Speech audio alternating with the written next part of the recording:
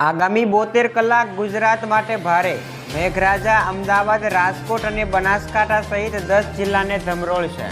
નમસ્કાર મિત્રો, વિડીયોમાં ફરી એકવાર તમારું હાર્દિક સ્વાગત છે। તો મિત્રો, બંગાળની ખાડીમાં સક્રિય થયેલ વરસાદી સિસ્ટમ લો પ્રેશરમાં ફેરવાઈને ગુજરાત ઉપરથી પસાર થઈ રહી છે, જેના પગલે ગુજરાતમાં છેલ્લા 3 દિવસથી વરસાદી માહોલ જામ્યો છે। ગુજરાતમાં અત્યાર સુધી સિઝનનો 98.85% વરસાદ નોંધાઈ ચૂક્યો છે।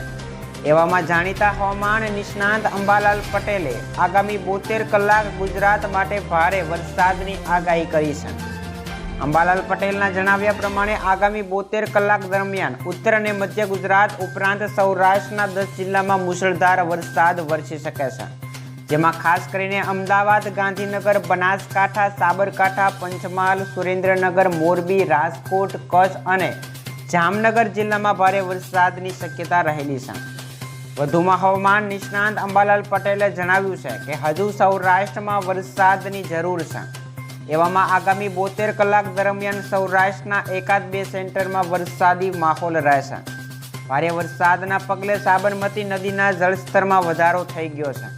નર્મદામાં નવા નીરની આવક થતાં સરદાર સરોવર ડેમની સપાટી પણ વધી ગઈ છે।